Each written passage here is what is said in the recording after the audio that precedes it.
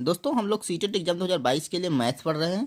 तो उसके अंतर्गत आज हम इस वीडियो में देखने वाले हैं 7 जनवरी 2022 को जो पेपर फर्स्ट आया था उसमें जो मैथ्स के क्वेश्चन आए थे उन्हें डिस्कस करेंगे। तो आइए वीडियो को शुरू करते देखते हैं कौन कौन से क्वेश्चन आए थे। देखिए यहाँ पर क्वेश्चन दे रखा है, अगली संख्या क्या होगी। ये कुछ संख्याएं दे रखी हैं, 2, 1, 1/2, 1/4 ऐसे करके अगली संख्या पूछ रहा है कौन सी होगी। तो दोस्तों यहाँ पर देखिए कौन सा पैटर्न चल रहा है, उसके अकॉर्डिंग हम यहाँ पर पांचवी संख्या निकाल सकते हैं। देखिए यहाँ पर 2 था, ठीक है, अब 2 से 1 आ गया, मतलब इसका 2 का आधा हो गया, ठीक है। तो यहाँ पर देखिए हम इसको अगर 2 से भाग कर दें तो क्या आ जाएगा, 1 आ जाएगा, ठीक है। अब उसके बाद देखिए यहाँ पर 1 था, यहाँ पर 1/2 आ गया, तो इसको भी हम 2 से भाग कर दें तो 1/2 आ जाएगा। अब देखिए 1/2 है, ठीक है, 1/2 है, इसको हम भी 2 से भाग कर दें। अगर 2 से हम भाग कर दें या ऐसे कर सकते हैं 1/2 और नीचे ही 2 कर दें, ठीक है, क्योंकि 2 से बार बार नीचे कर रहे हैं तो ये 1/4 हो गया।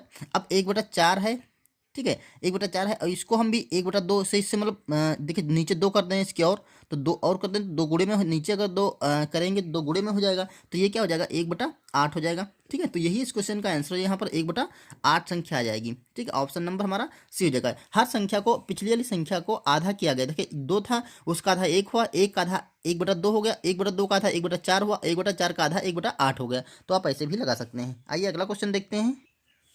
यहाँ पर दोस्तों अगला क्वेश्चन है, 5 क्रमागत संख्याओं का औसत 15 है, तो पहली और अंतिम संख्या का योग क्या होगा। यहाँ पर पहली और अंतिम संख्या का योग दे रखा है। दोस्तों यहाँ पर जब कभी भी आपसे क्रमागत संख्या पूछे, ठीक है, क्रमागत संख्या पूछे और यहाँ पर ना तो उसने सम और ना विषम संख्या पूछी है, क्रमागत संख्या पूछती है, ठीक है, तो उस कह रहा है उनका औसत आपका 15 है। दोस्तों कोई भी अगर क्रमागत संख्या, ध्यान रखिए, अगर क्रमागत संख्याओं की संख्या सम है, ठीक है, मतलब संख्याओं की संख्या जैसे 4 हो, 6 हो, 8 हो, 10 हो, मतलब संख्याओं की संख्या अगर सम है तो उनका जो औसत होता है तो दो संख्याओं के बीच की संख्या होती है, मतलब उनमें जो बीच में दो संख्याएं आएंगी उनका बीच का होगा, ठीक है। अगर संख्याओं की संख्या विषम है, ठीक है, यहाँ पर इस क्वेश्चन पूछ रहा है 5 क्रमागत संख्याओं का, 5, तो जो 5 क्रमागत संख्याएं वो संख्याओं की संख्या क्या है, विषम है, ठीक है। तो जो संख्या ये है आपका विषम, तो जो इनका औसत होगा, ठीक है, कोई भी संख्या होंगी उनका औसत जो होगा, ठीक है, वो यही संख्या होगी, जो औसत जो होगा वो यही इनके बीच की संख्या होगी। या आप ऐसे कह लीजिए जो 15 है ये उन्हीं में से बीच वाली संख्या है, ठीक है। तो ये क्रमागत संख्याओं का जो औसत है वो बीच वाली संख्या है, ठीक। इसका मतलब अगली संख्या होगी यहाँ पर 16, और अगली संख्या होगी 17, और इसके पिछली संख्या होगी 14, और इसके पिछली संख्या होगी 13, ठीक है। तो ये संख्या देखिए, इनको अब औसत क्या होता है, अब क्या होता है, औसत को क्या करते हैं, सारी संख्याओं को जोड़ करके उनकी जो संख्या होती है उनसे हम भाग कर देते हैं, वही औसत निकलता है। तो यही इस संख्याओं को अगर आप जोड़ेंगे और उनको 5 से भाग करेंगे तो 15 ही निकलेगा, ठीक है। तो इस तरह से देखिए हमने संख्या आसानी से निकाल ली। अब कह रहा है इन संख्याओं का योग क्या होगा, तो 17 और 13 का योग कर लेंगे हम। देखिए 7 3 10 का 0, ठीक है, यहाँ पर 7 3 10 का 0 आ जाएगा, और 1 1 2 और 1 3, यानी कि हमारी संख्या 30 है। 17 और 13 को जोड़ेंगे तो हमारा 30 आ जाएगा। तो संख्याओं का जो योग है वो 30 आ जाएगा। ये तो था इसका शॉर्टकट तरीका लगाने का, ठीक है। आप इसको अगर आपको पहचानते तो इसको बस 2 सेकंड में आंसर निकाल लेंगे। अब देखिए दूसरा जो इसका बेसिक तरीका है, तो देखो अगर कभी भी आपको क्रमागत संख्याएं पूछे तो आप मान लीजिए एक संख्या x है, दूसरी संख्या हो जाएगी x+1, तीसरी संख्या हो जाएगी x+2, और चौथी संख्या हो जाएगी x+3, और पांचवी संख्या हो जाएगी x+4, ठीक है। ये 5 क्रमागत संख्याएं हो गई, ठीक। हम कभी भी अगर मानना होगा तो ऐसे ही मानेंगे। अब इनका योग कह रहा है, योग उनका दे रखा है 15, तो इन संख्याओं को हम जोड़ देंगे, सबको संख्या को जोड़ देंगे, ठीक है, जोड़ देंगे, और ये हो जाएगा आपका सॉरी, इनका औसत 15 दे रखा ना, जोड़ करके उनको हम 5 से भाग कर दें, क्योंकि संख्याओं की संख्या क्या है 5 है, तो ये बराबर हो जाएगा 15, क्योंकि औसत हमारा क्या होता है उन संख्याओं का योग बटे उन संख्याओं की संख्या। अब ये 15 हो गया। आप क्या करेंगे, इन संख्याओं का हम निकाल लेते हैं। यहाँ पर देखिए 1x 2x 3x 4x और 5x दे रखा है, तो यहाँ पर 5x प्लस यहाँ पर अंक देखिए कितने दे रखे हैं, 1 2 1 3 3 3 6 और 6 4 10, यहाँ पर 10 दे रखे हैं, और ये 5 है तो इधर जाएगा बराबर के इधर, तो ये हो जाएगा मल्टीप्लाई, तो ये हो जाएगा 15 25 75, ठीक है, ये 75 हो गया। अब यहाँ से हम x की वैल्यू निकाल लेंगे। दोस्तों x की वैल्यू निकाल यहाँ पर देखिए 5x बराबर हो जाएगा हमारा 75, और ये माइनस का 10 हो जाएगा, तो ये हो जाएगा 65 हो जाएगा, ठीक है। अब यहाँ पर x हम 5 से जब काटेंगे तो ये हो जाएगा आपका 13, तो जो x की वैल्यू आ जाएगी x बराबर 13 निकल आएगा। इस तरह से हमने x का मान 13 निकाल लिया। अब कह रहा था देखो हमें x कौन संख्या मानी, सबसे छोटी संख्या x मानी थी, तो ये सबसे छोटी संख्या 13 हो गई, और सबसे बड़ी संख्या का x+4 है, तो यहाँ पर x+4 कर देंगे तो x+ 4 करेंगे तो 13 4 17 हो जाएगा। तो सबसे बड़ी संख्या क्या निकल आई, 17 निकल आई। अब इन दोनों को हम जोड़ देंगे तो ये हमारा 30 आ जाएगा। हम इस तरह से भी निकाल सकते हैं। तो आप चाहे ऐसे निकालिए चाहे ऐसे निकालिए, ऑप्शन आपका आंसर आना चाहिए।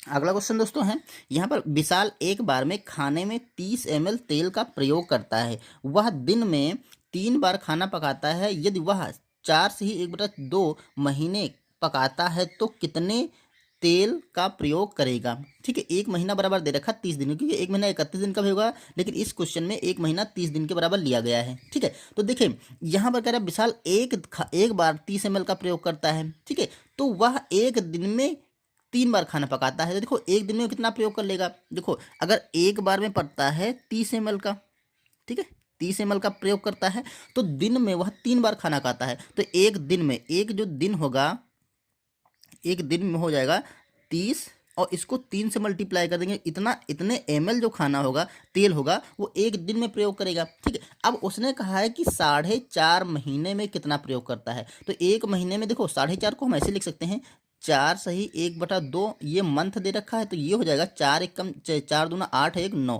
तो ये 9/2 मंथ हो जाएगा, महीने। ठीक है, ये 2 महीने है। तो इसको हम दिनों में बदल देंगे, क्योंकि हमारा यहाँ पे देखिए हमने यहाँ पर जो तेल की मात्रा निकाली है वो एक दिन के निकाली है, तो एक इसका दिन में बदल देंगे। तो ये देखिए 9/2, इसको गुणा कर देंगे। एक महीने में कितने 30 दिन होते, तो इसको हम 30 से मल्टीप्लाई करेंगे, तो हमारा ये आ जाएगा, 30 से काटेंगे तो ये 15 हो जाएगा, 5 से काटेंगे थोड़ी 2 से काटेंगे तो 15 आ जाएगा। तो 15 सत्ती 105, 15 ठीक से 15 9 135, ये 35 दिन आ जाएंगे। ठीक है, 4.5 महीने में 135 दिन हो जाए। ऐसे आप जोड़ सकते हैं, 4 महीने में 4 3 12 120 दिन होंगे, और 15 दिन 120, और 10 30 5 35 135 दिन हो जाएंगे। तो 135 दिन में कितना तेल यूज करेंगे। तो देखिए यहाँ पर हम 135 लिख सकते हैं, 135 दिन में, क्योंकि एक दिन में इतना यूज करता है, तो 135 दिन में इसको डायरेक्ट हम 135 से मल्टीप्लाई कर देंगे। ये हो जाएगा देखिए 30 और गुणा 3 और गुणा 135, इतने ml का प्रयोग करेगा। ठीक है, हमारा आंसर देखिए लीटर में आ रहा है, तो भी इसको लीटर भी बना लेंगे, क्योंकि 1 लीटर में 1000 ml होते हैं ना। तो यहाँ पर मल्टीप्लाई कर लीजिए। देखो यहाँ पर मल्टीप्लाई करेंगे तो हम ये 30 3 90 हो जाएगा। ठीक है, तो ये हो जाएगा आपका 90 गुणे 135। अब इसको कैसे मल्टीप्लाई करें, 0 है तो लास्ट में हम 0 रखेंगे।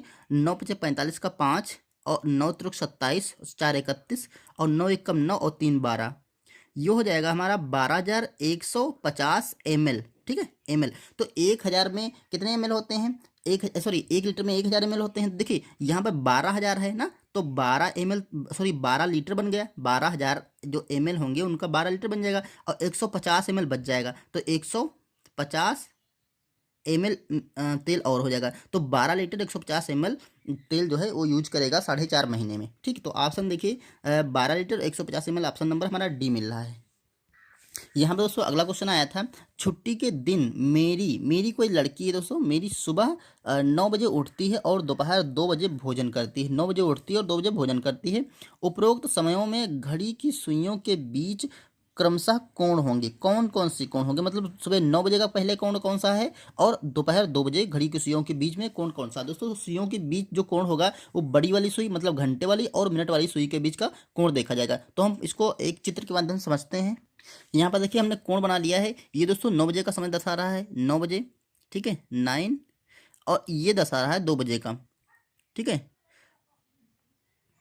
तो आप देखिए घड़ी की सुइयों के बीच का कोण देखिए, छोटी वाली सुई 9 पर होगी और बड़ी वाली सुई 12 पर होगी, तब 9 बजा होगा। तो ये 9 बजे के बीच जो कोण होगा वो समकोण होगा आपका 90 अंश का। ठीक है, ये 90 अंश का कोण होगा, समकोण। ठीक है, तो देखिए पहला ऑप्शन तो समकोण हो गया। तो इसमें 2 ऑप्शन मिले, एक ये वाला एक ये वाला, मतलब ये दोनों ऑप्शन हमारे क्या हो गए, गलत हो गए। ये वाला होता है ये, तो ये वाला होगा। ठीक है, बी या डी। अब देखिए इसमें कह रहा है 2 बजे, तो 2 बजे देखो छोटी वाली जो घंटे की सुई होगी वो 2 पे होगी, और बड़ी वाली जो मिनट की सुई होगी वो 12 पे होगी। तो इसके बीच का जो कोण होगा, अब देखिए अगर यहाँ पर होता तो 90 अंश का होता, अब यहाँ से थोड़ा कम है तो मतलब 90 अंश से कम है, मतलब हमारा न्यून कोण होगा। ठीक है, तो जो दूसरी घड़ी में मतलब 2 बजे का समय होगा वो न्यून कोण आएगा। तो न्यून कोण देखिए किसमें है, ये देखिए ये देखो समकोण आ गया है, यहाँ पर ऋज कोण है, ये ऋज कोण नहीं बन रहा है, समकोण और न्यून कोण बन रहा है। तो ऑप्शन नंबर हम डी लगा देंगे। ठीक है, यहाँ पर देखिए दोस्तों क्वेश्चन बहुत ही आसान आया था। निम्नलिखित संख्याओं में से बड़ी और सबसे छोटी संख्या में अंतर क्या है। सबसे बड़ी और सबसे छोटी संख्या में अंतर क्या है, देखिए यहाँ पर दे रखा है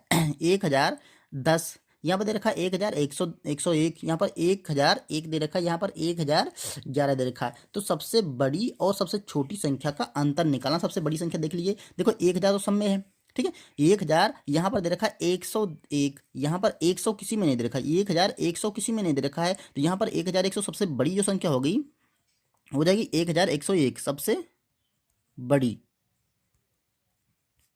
तो ये हो जाएगी 1,101 ये वाली संख्या। और सबसे छोटी संख्या, सबसे छोटी जो हो जाएगी सबसे, वो देखिए किसमें लास्ट में, देखो यहाँ पर 1,001 है और यहाँ पर 1,011 है, यहाँ पर 1,010 है, यहाँ पर 1,100, ये सबसे बड़ी हो गई, इसको छोड़ ही देते हैं। ये देखिए ये सबसे एक छोटी है 1,001, ठीक है। तो ये 1,000 और 1 सबसे छोटी होगी, इनका अंतर बहुत ज़्यादा, इसको घटा देते हैं, ठीक। यहाँ पर देखिए 1 से 1 गया 0 बचेगा, यहाँ पर 0 बचा, यहाँ पर 1 बच जाएगा, ठीक है, यहाँ पर भी 0 बचेगा। तो ये हमारा 100 आ जाएगा। तो ऑप्शन नंबर देखिए, ऑप्शन नंबर हमारा डी सही हो रहा है। ओके, ये देखिए क्वेश्चन आया था जो बोरमास के नियम से ऐसे करके आया था। देखिए 24.4 गुणे 5 माइनस 90 भाग 5 माइनस 25.5 गुणा 4 का मान होगा। इसका दोस्तों मान ज्ञात करना, तो हमें सिंपली इसको बोरमास के नियम से लगाना है। बोरमास में क्या होता है, सबसे पहले हम भाग करते हैं, भाग की प्रक्रिया, फिर गुणे की प्रक्रिया करते हैं, फिर जोड़ की प्रक्रिया करते हैं, फिर घटाने की प्रक्रिया करते हैं। जैसा कि इस क्वेश्चन में दे रखा, ब्रैकेट भी होते हैं। जब ब्रैकेट भी आते हैं तो सबसे पहले हम छोटा ब्रैकेट, एक रेखा ब्रैकेट है तो सबसे पहले रेखा ब्रैकेट सॉल्व करते हैं, फिर छोटा ब्रैकेट सॉल्व करते हैं, फिर मंझला सॉल्व करते हैं, फिर बड़ा सॉल्व करते हैं, उसके बाद में आते हैं भाग और ये सब। और इस ब्रैकेट के अंदर जो भी प्रोसीजर होता है वो भी हम बोरमास के नियम से लगाते हैं। तो आइए इस क्वेश्चन में देखने वाला, देखो यहाँ पर सबसे पहले हम भाग सॉल्व करेंगे। तो यहाँ पर देखिए ये भाग इतने में दे रखा है, तो हम पहले इसको टिक कर लेंगे, ठीक है। इसी को हम कैलकुलेट करेंगे, बाकी को एज इट लिख देंगे। तो ये देखो 24.4 गुणा 5 माइनस, इसको 5 से भाग करेंगे तो ये देखिए 5 से भाग, 5 एकम 5, ठीक है, 4 बचे 5 × 40, 18 × 5 90 होता है, 18 आएगा माइनस, ये हो जाएगा 25.5 गुणा 4। अब यहाँ पे 5 से इसको मल्टीप्लाई वाला ऑप्शन ले लेते हैं, मल्टीप्लाई कर लेते हैं। तो 5 से मल्टीप्लाई, 5 × 20 का 0 और 5 × 20 2 22 और 5 दूना 10 2 12, ये 122 आ गया माइनस 18 माइनस, इधर देखो क्या हो रहा है, 5 × 20 यानी 4 × 5 20 का 0, हासिल लगे 2 और 5 4 × 5 20 और 2 22 और 5 दूना 10, सॉरी